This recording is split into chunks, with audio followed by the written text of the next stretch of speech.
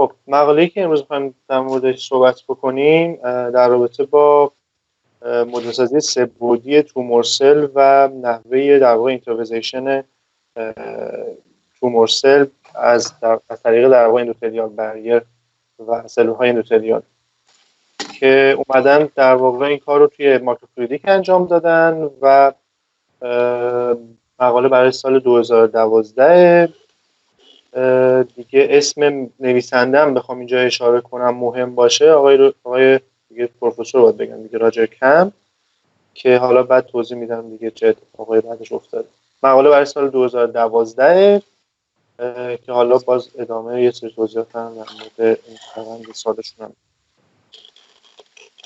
هدف از مقاله این بود که اینا اومدن و یه دونه ماکروفلویدیک سه‌بعدی در واقع پیشنهاد دادن برای در واقع مدل سازی تومور ماکرو انوایرمنت که بتونن داخلش اینترویزیشن رو از اندوتلیال بریر سل ها ببینن و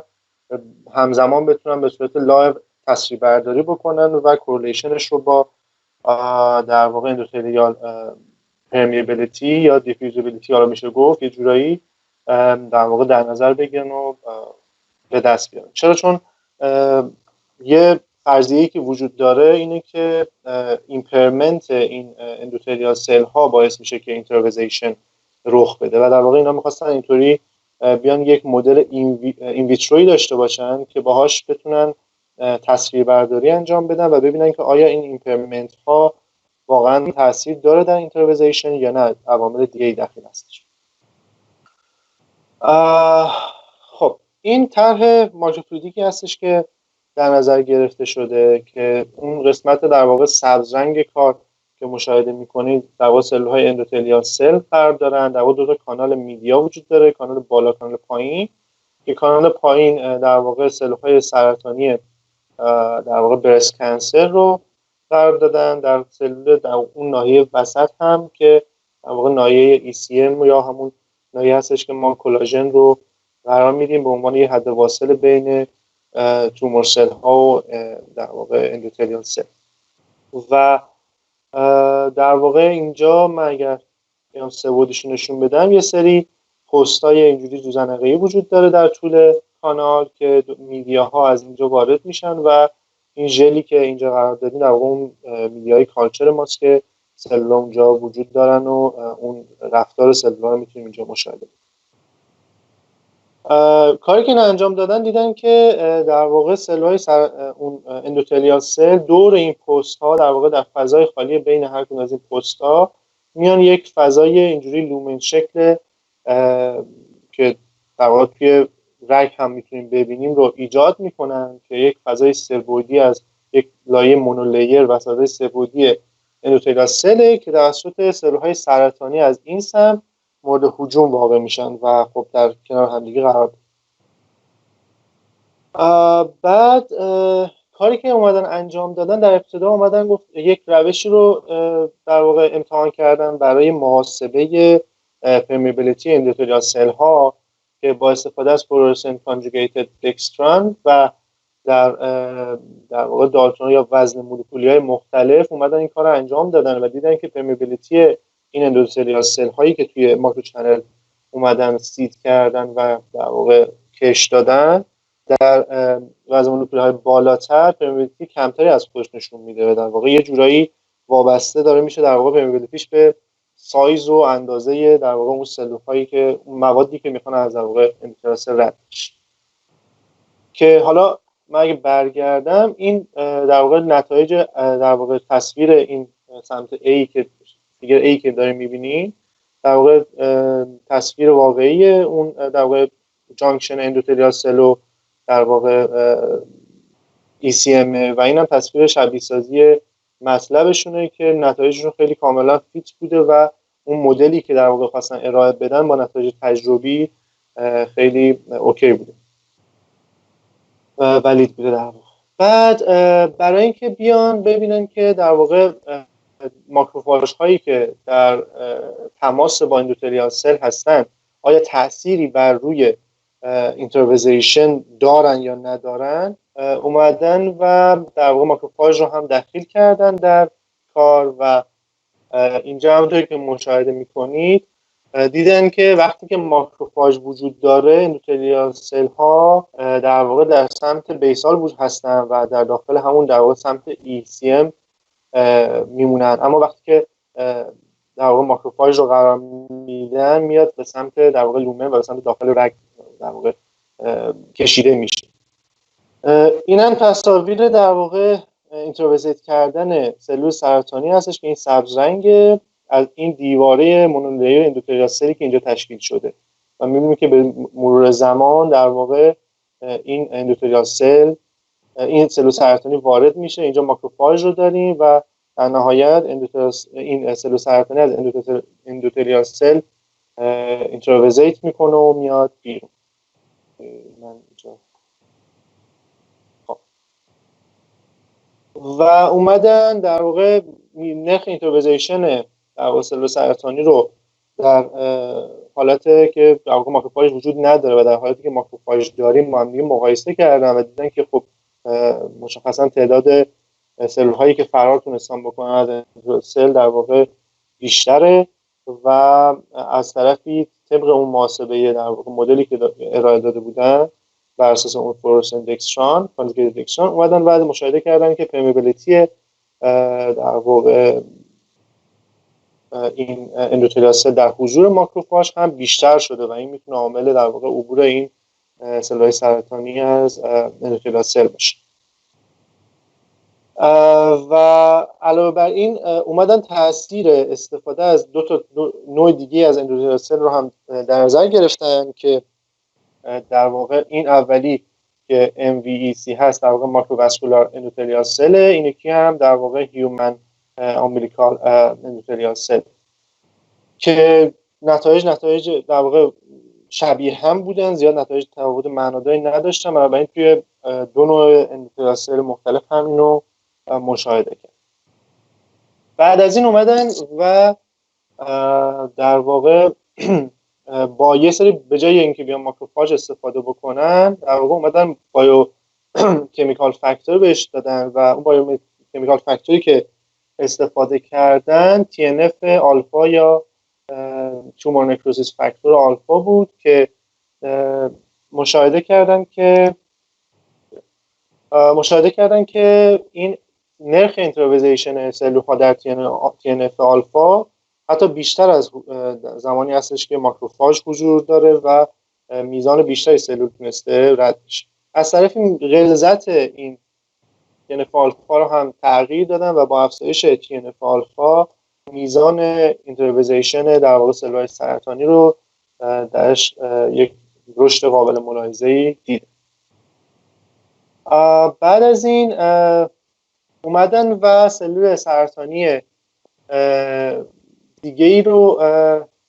استفاده کردن که اسمش رو الان یادم نیست، حالا بعد من نگاه میکنم اسمش رو بهتون میگم. و اومدن این رو در عدم حضور ماکروفاژ اومدن تعدادش رو در واقع عبورش رو به صورت در واقع تایم چجوری بگم به صورت آنلاین و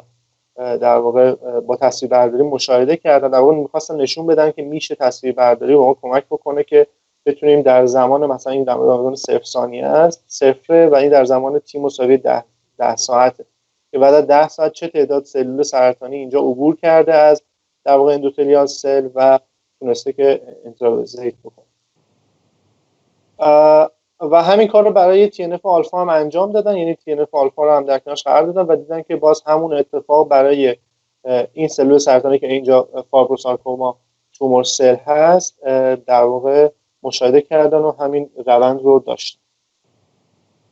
بعد برای اینکه بیان ببینن که در واقع آنتی بلاکینگ چه تأثیری بر روی این اینتروویزیشن داره، اومدن از دو تا آنتی بلاکینگ IgG و آنتی بلاکینگ TNF استفاده کردن و دیدن که وقتی آنتی بلاکینگ TNF استفاده میکنن اینتروویزیشن به شدت خیلی زیادی کاهش پیدا میکنه و همچنین پرمیبیلیتی در واقع سل. علاوه بر این اومدن علاوه بر مثلا ماکروفاژ اومدن در واقع اندوتلیال سل، تاثیر حضور اندوتلیال سل و اپیتلیال سل رو در واقع مشاهده کردن و دیدن که هر سلول دیگه‌ای که در کنار این تومور سل ها، این اندوتلیال سل ها قرار میگیره، باعث میشه که اینتراویزیشن بیشتر افزایش پیدا کنه که بیشترین مقدارش هم برای سلول های ماکروفاژ بود. و در آخر اومدن و داینامیک سلول‌های سرطانی رو بررسی کردن. همونطور که اینجا مشاهده می‌کنید نحوه خروج در واقع سلول سرطانی رو مشاهده می‌کنید که اومدن علاوه بر این که تونستن توسط این عکس برداری یه دونه در واقع تایم اسکیل برای اینتراکشن های بین سلول‌های سرطانی و اندوتلیال سل ایجاد بکنن، اومدن و سرعت سلول ها رو هم بررسی کردن و دیدن که در واقع سرعت سلول ها سرعت در واقع سلول ها در زمانی که TNF دارن، سلول سرطانی در زمانی که TNF وجود داره، در حالاتی که TNF وجود نداره تغییرات چندانی نداره و این نشون میده که در واقع تحت تاثیر سرعت سلول این میزان مدت زمانی که طول میکشه تا سلول بتونه اینتراویزیت بکنه کاهش که اینجا داشته تحت تاثیر سرعت سلول نبوده، بلکه تحت تاثیر اون پرمیبیلیتی اندوتلیال سل.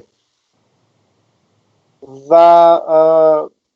خب بخوام به صورت خلاصه در چند تا جمله بگم که چه اهمیتی داشت کار اینها، این بود که اومدن در واقع یه دونه دیوایس رو معرفی کردن که خب میتونست برای ما در واقع تصویربرداری های رزولوشن رو فراهم بکنه که میزان کمی از ریجنت ها و سلول ها رو استفاده میکرد. از طرفی خب این دیوایس میتونه استفاده بشه برای پرسونال مدیسن، دراگ اسکرینینگ و اینکه علاوه بر این دیدن که تایم اسکیل سلول چجوریه و پرمیبیلیتی رو هم تونستن اینجا ربط بدن به اینتراویزیشن، در واقع ربط بدن به پرمیبیلیتی. بعد اینجا من میخواستم حالا در مورد یه خورده ماکروفلویدیک صحبت بکنم که چیکار کردن چیکار نکردن. حالا نمیدونم ادامه بدم یا میخوان مقاله رو؟ نه حتما کسی نیومده بکنم. حتما ادامه بدید. آره خیلی عالیه اگر توضیح بیشتر بدیم بحث مهندسیش که خیلی عالیه. آره در رابطه با ماکروفلویدیک، چون میدونم یه سری از بچه‌ها خب همین دوستای ما هم که تو گروه هستن میدونم که سوال میکنن که چه جوری و اینها.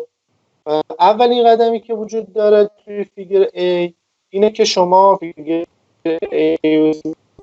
مجموعه می‌بینید، اینه که باید در ابتدا دیزاین اون ماکرو چنل رو کاملا بدونید. دیزاین ماکرو چنل یعنی که چه فیچرهایی داره، چه سایزی داره، چه ابعادی داره، چه قطعاتی درش استفاده شده و تا وقتی که این رو ندونید هیچ کاری نمیشه کرد. اول این رو باید بدونید، روی کاغذ آورده باشین. حالا روش آوردنش هم حالا میگم جلوتر، ولی باید اومده باشه رو کاغذ. بعد این میاد داخل در واقع نرم افزار کد و مثل کد ورک و نرم افزار مشابه تبدیل به یه فایل کد میشه که میشه از این فایل کد برای در واقع ماکرو فابریکیشن استفاده. بعضی این فایل کد رو در واقع ایجاد کردیم. حالا اینجا توی این روشی که این مقاله استفاده کرده اومده از SU8 استفاده کرده برای ایجاد مولدش. در واقع یه دونه سیلیکون ویفر داشته که مراحل در واقع ساخت در واقع ساخت نه میتونم بگم مراحل همون در واقع فوتو لیتوگرافی SU8 رو اینجا مشاهده میکنید که اول باید خوب شسته بشه. روش‌های شستشو داره مثل استون یا اینکه H2O2 H2SO4 رو بتونید استفاده بکنید. بعد که تمیز شد ویفرتون SU8 یا فوتورزیستمون رو با اسپین کوتینگ یا با روش‌های دیگه میتونیم بیایم و کوت کنیم روی سلولمون. بیک میشه این SU8 با یک پروفایلی، با یک تغییرات در واقع ملایم دمایی و بعد از اون یه مقداری از گوشه این در واقع ویفر پاک میشه به خاطر اینکه جای در واقع هندل کردن ویفر و اینجور چیزاست. و بعد توسط نور در واقع بعد اون فایل کدی که ایجاد کردیم در واقع میاد و از اون فایل کد یک ماسکی تولید میشه که این ماسک هم خودش روش‌هایی داره برای تولیدش، اما به هر روشی که تولید میشه به هر حال یه ماسک تولید شده به وسیله اون فایل کدی که شما داشتین. در معرض نور یووی قرار میگیره. ماسک بر روی ویفر، نور یووی از بالا بهش میخوره. چون حالا اینجا SU8 فوتورزیست نگاتیوه اون جایی که یو میخوره در واقع سفت میشه، یعنی اینجاها سفت میشه و اون فرم کانالی که شما در نظر داشتین رو میاد براتون تشکیل و بعد این رو دوباره بیک میکنن و با اون در واقع سولوشنی که دارن اون فوتورزیست های در واقع باقی موندن رو میشونن و رایس اند درای میکنن، ریز اند درای میکنن در واقع. بعد من یه سری چیزا در مورد این دستگاهه بگم. قضیه اینا اینه که اینا اومدن از سال 2008 تقریبا، حالا قبل‌تر قاعدتا شروع شده ولی خب 2008 فکر می‌کنم اولین مقالهشون بوده. شروع کردن یه سری کارا روی دیوایس های مشابه این دیوایسی که الان دیدیم انجام دادن. انجام همین کاری که این آقای فرحت انجام داده و یکی دیگه هم فکر می‌کنم آقای حالا اسمشو بعد نگاه میکنم دوباره میگم، اونم سال فکر کنم 2008 بود که مقالش چاپ شد. اولین مقاله اون بوده و 2012 بعد این مقاله آقای فرحت و بعدش هم همین مقاله آقای زروان توناکیس که الان داریم هم دیگه مرورش کرد. اینجا اومده یه سری دیزاین پارامتر برامون گذاشته که من دوست داشتم اینو بگم. اولا که در رابطه با دیزاین ماکروفلویدیک تقریبا میتونم بگم که برای دیوایس هایی مثل این دیوایس که سل کالچر توشه، مثل دیوایس هایی که بگم که خیلی کارهای زیستی توش انجام میشه، یه مثلا دفترچه، چه میدونم یه کتاب، یه رفرنس دیزاین خیلی وجود نداره. این اکثر کارهایی که توی این زمینه انجام میشه به صورت تجربی محاسبه میشه، یعنی میان یه سری دیزاینر رو در نظر میگیرن، یه سری پدیده رو داخلش میگیرن و وقتی که اون پدیده رو دیدن میان با خودشون صحبت میکنن که حالا اوکی من این پدیده رو دیدم، چیکار کنم که این داستانش بررفت بشه و این من بتونم این مشکل رو رفع. بنابراین اینا هم دقیقاً همین مسیر رفتن. این مقاله 2008 رو اگه نگاه بکنید گرچه مرتبط با همین در واقع دیوایس ولی خیلی فرق میکنه با این دیوایس، یعنی اصلا زمین تا آسمون متفاوت. حالا چه پارامترهای مهمه؟ یکی از پارامترهایی که خیلی اهمیت داره تعداد این پست‌های زوزنقی شکلی که اینجا هست. علاوه بر اینکه شما در واقع تعداد سایت‌های بالاتری برای سل کالچر دارین، وقتی تعداد بالا بره طول دستگاهتون متفاوت میشه، فاصله اسپیسینگ بین این در واقع پست‌ها خیلی مهم میشه و خیلی داستانای دیگه. اما چطوری میان اینو دیزاین میکنن؟ میان دیزاینی که انجام داده و توضیحاتی که داده رو من اینجا هایلایت کردم، یه توضیحاتی میدم، حالا برای دوستان اگه خواستن میتونن بیان اینو مقاله رو بعدا خودشون مرور. گرچه خب اینم بگم که اینا خیلی از داستاناشون رو ریپورت نکردن تا قبل از 2012، طبیعی هم هست، حالا میگم چرا، ولی خب همین قدرم که ریپورت کردن خیلی خیلی خوب و به نظر من کامل. چند تا مورد رو گفته در نظر گرفتیم. یکی این که در واقع این طول در واقع این ژل ریجن، یعنی قسمت وسط ما اونجایی که کلاژن قرار میگیره چقدر باید باشه که بتونیم یه مونولیر لانگر داشته باشیم، یعنی بتونیم اندوتلیال درازتری رو توی این ناحیه داشته باشیم. چرا؟ چون اندوتلیال سل وقتی که در کانال قرار میگیره، اگر ما اینجا نگاه کنیم، اینجا اگه وسط کانال باشه، این قسمت بیرون که نکشیده، اینجا اگه اون پست‌های زوزنقی باشه، دقیقاً بین این پست‌های زوزنقی اندوتلیال سل شروع میکنه رشد کردن و این فضای کانال رو به صورت سه‌بعدی پر میکنه و یه لومنی که اونجا دیدیم با هم دیگه رو شکل میده. هرچی این بیشتر باشه ما یه دونه مونولیر طولانی‌تری داریم، اما از طرفی نکته‌ای که وجود داره اینه که باید در واقع ژلی هم که قرار میگیره یونیفرم باشه و مثلا خراب نشه و پست‌ها باید فاصله‌شون طوری باشه که ژل فشاری که مثلا داره میاره موقع پر شدن فشار مناسبی باشه. حالا من قبلش می‌خواستم یه ویدیوهایی در مورد این چیزا بذارم این دیوایسه، ولی خب فعلا گفتم بچه‌ها بیان بعد میرم دوباره ویدیو میذارم کسای دیگه اضافه که حالا نحوه پر شدن ژل هم میگه. اومدن برای در نظر گرفتن این هم کانتاکت انگل بین در واقع PDMS و کلاژن رو اومدن اندازه‌گیری کردن، یعنی اینجایی که این حالت در واقع کره‌ای یا این وقتی که کلاژن رو با پیپت پوش میکنید داخل کانال، این شروع میکنه داخل این پست‌ها پر کردن فضا و خلل فرجا. وقتی هم که اینا رو پر میکنه خب سعی میکنه بزنه بیرون از این پست‌ها. این شکل زوزنه‌ای باعث میشه که شما 2 تا نیرو در این جهت داشته باشید که سعی کنه این کلاژن به سمت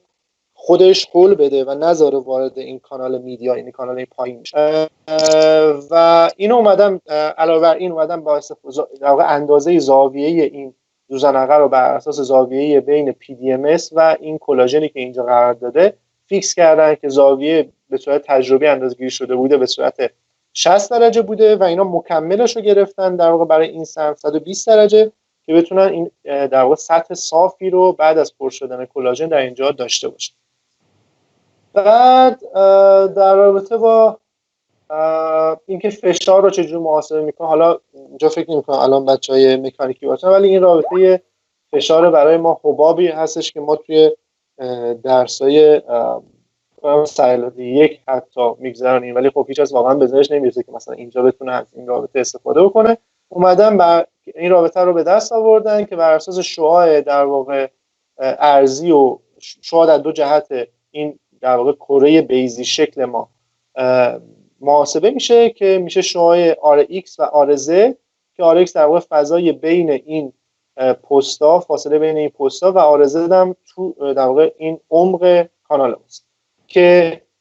اندازه در واقع به دست آوردن این دلتا پیه میتونه به ما کمک بکنه که بتونیم RX رو اپتیمایز بکنیم. یعنی RX رو من چقدر در نظر بگیرم، چون RZ زیاد دست ما نیست. RZ فضاییه که نیاز داره سلول درش در واقع کالچر بشه، رشد بکنه و یه فضای معقول و تقریبا فضای دست من نیستش که بخوام تغییر شده. مثل همون مقاله‌ای که دفعه قبل آقای عینی در واقع توضیح دادن، اون فضای حالا فضای چوبیش باز بود میتونه سلول بیشتر رشد بکنه. اینجا فضای در واقع دلتا اچش بر اساس اون رشد سلول ها و اینکه چقدر سلول بتونه اونجا قرار بگیره تعیین میشه. بنابراین زیاد آرزه دست ما نیست، ولی RX رو من میتونم اینجا باش بازی بکنم که چجوری در نظر بگیرم که این RX یا RX مطلوبی بشه که دلتا پی مناسبی داشته باشه، که وقتی من دارم این کلاژن رو با فشار وارد میکنم این پستا بتونن تحمل این فشاری که داره وارد میشه رو داشته باشن و کلاژن به داخل این چنل های بالا و پایینی نفوذ نکنه.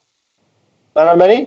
یه تیپ مسئله این شکلی هستش که شما باید بتونید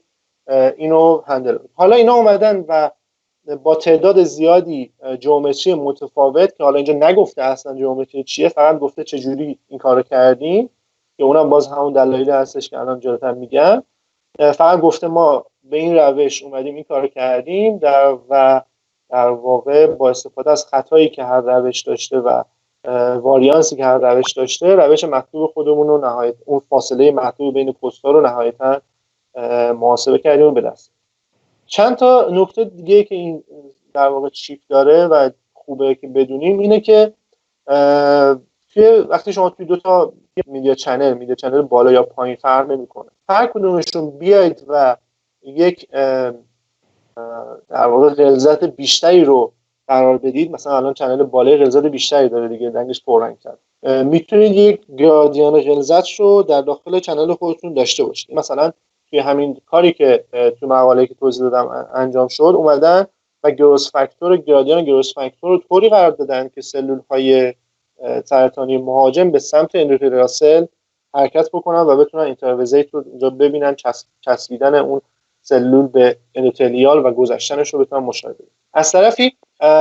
تنظیم در واقع میزان سیالی که در هر کدوم از این پست‌های ورودی و خروجی قرار داره میتونه کمک بکنه که اینکه ما یک جریانی اینجا داشته باشیم که این جریان سلول‌های سرطانی یا همون میدیا، حالا کلا نه سلول سرطانی، میدیاهای ما رو به این پستا بتونه برسونه و جریان اینجا داشته باشیم که بتونیم این کار رو انجام بدیم.